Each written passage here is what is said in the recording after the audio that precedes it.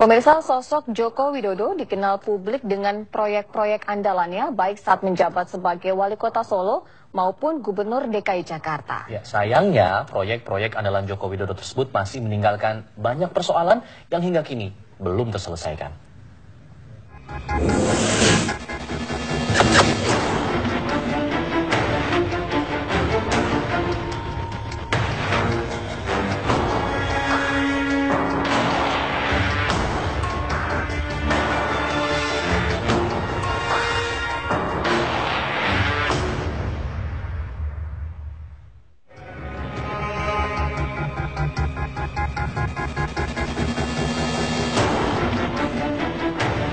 Fenomena kemunculan Jokowi, mantan wali kota Solo ke pentas politik nasional, menyedot perhatian publik.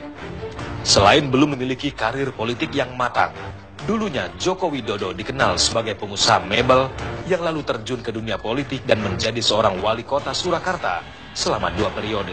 Kemudian lolos dalam perebutan kursi gubernur DKI Jakarta hingga akhirnya kini bertarung di ajang Pilpres 2014. Karir politik Joko Widodo yang melesat ini tentu penuh dengan cerita.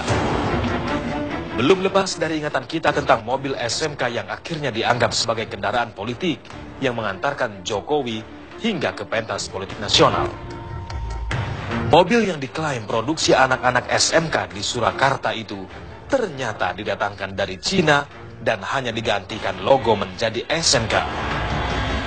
Bahkan PT SMK itu sendiri sekarang tidak jelas keberadaannya. Tim TV One menelusuri hingga ke Technopark, di mana mobil prototipe SMK yang pernah digunakan sebagai kendaraan dinas mantan wali kota Joko Widodo dan wakil wali kota FX Rudiatmoko. Saya sangat prihatin sekali karena memang kok tiba-tiba mobil SMK ini mencuat, dan saya memang kemudian berkesimpulan dari perjalanan 2 tahun yang lalu itu benar-benar ini sudah terjadi eksploitasi pendidikan untuk kepentingan politik. Waktu itu Pak Jokowi yang mau maju ke DKI begitu. Karena memang untuk mobil, beliau memakai mobil dinas produk SMK itu ya. Itu yang pertama memang kita nggak pernah lihat bahwa ada SMK yang membuat produk sebuah mobil, itu kita nggak pernah tahu. Setahu saya di Komisi 4 waktu sidak di SMK itu yang ada adalah bongkar pasang untuk mobil dari Kementerian Kejuruan, sehingga kita kaget. Apalagi tentang mobil dinas ini pada waktu penyusunan anggaran APBD tahun 2012 itu sudah dicoret bahwa tidak ada pembelian mobil dinas di tahun 2012. Ya, bahkan waktu itu yang kita di DPR ini jadi bulan-bulanan, Pak Jokowi nggak mau ganti mobil dinas, padahal senyatanya mobil dinas itu menurut tim anggaran pemerintah kota itu sudah tidak layak lagi. Tapi beliau tetap mempertahankan itu. Saat itu untuk pemerintah kota Solo diberlakukan tidak ada pembelian mobil dinas pada anggaran daerah 2012. Bahkan saat itu Joko Widodo tidak mau mengganti mobil dinas, tetapi Jokowi langsung mengumumkan ia menggunakan mobil SMK. Anggaran dicoret.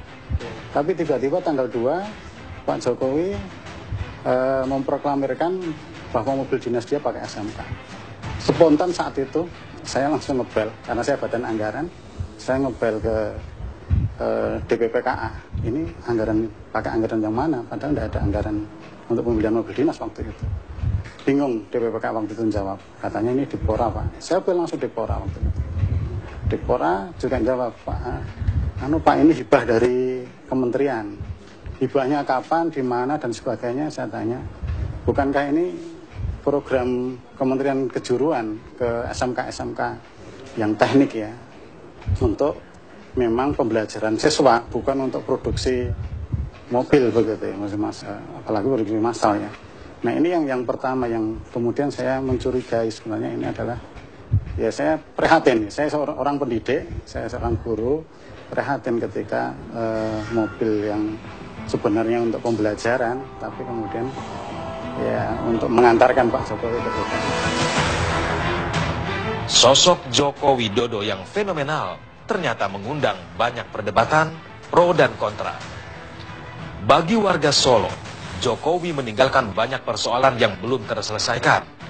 keputusannya untuk maju dalam pentas pemilihan Gubernur DKI Jakarta mengecewakan banyak pihak. Pembangunan yang dilakukan oleh Pemkot sendiri itu banyak yang gagal. Yang pertama masalah City Walk. City Walk itu ternyata tidak berfungsi sama sekali. Bahkan banyak merugikan tukang becak.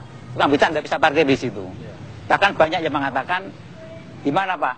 Jalan sudah bagus-bagus, dikasih batu, akhirnya becak tidak bisa lewat. Dan mangkrak digunakan untuk parkir. Kemudian yang kedua mengenai pusat jajan di Geladak, yang namanya Galabu. Itu sudah direhab beberapa kali, ternyata juga tidak menghasilkan. Sepi sekali pedagangnya. Yang ketiga mengenai night market di depan Mangkunegaran, itu juga sepi, tidak ada pembelinya. Kemudian yang keempat mengenai pasar tradisional, yang selama ini digembar-gemborkan di TV, bahwa Jokowi berhasil memugar pasar tradisional. Memugarnya berhasil, memugarnya. Tapi memberdayakan pasar tradisional tidak berhasil. Banyak yang kosong, banyak yang mangkrak. Antara lain pasar di Panggungrejo, kemudian pasar di Nusukan, pasar di Pucang Sawit. Ini semua banyak yang kosong, tidak ada penjualnya. Kemudian relokasi bantaran Sungai Bengawan Solo juga tidak berhasil. Relokasi PKL dari Banjarsari yang tadinya 2.000 itu hanya bisa tertampung 400. 400 pun ternyata tinggal 200 karena yang 200 di tingkat atas tidak laku, mereka kabur. Dan keberhasilan relokasi PKL ini bukan perannya Jokowi, ini perannya Rudi. Bahkan ada beberapa kasus proyek Joko Widodo di Solo yang bersentuhan dengan hukum walaupun sebagian sudah terselesaikan lewat jalur politik di DPRD. Akan tetapi hal ini bisa menjadi catatan penting dalam pemerintahan Joko Widodo. Sebagai contoh, kasus Hotel Maliawan di kawasan wisata Tawang, Mangu, Karanganyar. Pelepasan aset Pemkot ini dilakukan tanpa berkonsultasi dengan DPRD. Dan akhirnya menjadi kasus yang mencuat. Kami menganggap pada waktu itu selaku wakil ketua Pansus maupun perwakilan fraksi yang ada di sana menolak. Karena kita anggap bahwa permohonan ini terlambat. Ketika aset itu sudah dilepas, tidak ada gunanya lagi permit. Padahal semestinya harus ada permit dulu, baru dilepas. Jadi kalau istilah Jawa nututi layangan pedot. Nah ini kita tidak sepakat, makanya terjadi perpecahan. Meskipun pada laporan pembahasan akhirnya disetujui itu karena terjadi proses voting.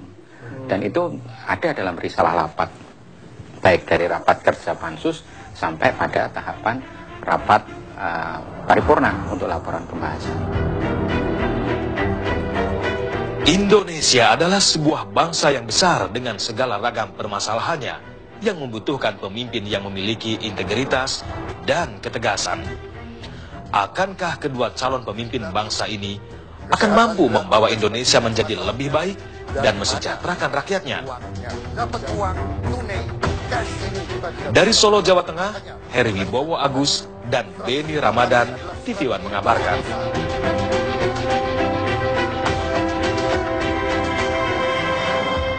Siapa bilang Jokowi tidak punya pengalaman?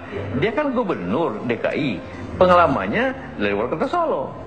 Tapi jangan tiba-tiba karena dia terkena Jakarta, tiba-tiba dicalonkan presiden, bisa hancur negeri ini, bisa masalah negeri ini. Karena dulu dia fokus sebagai gubernur DKI.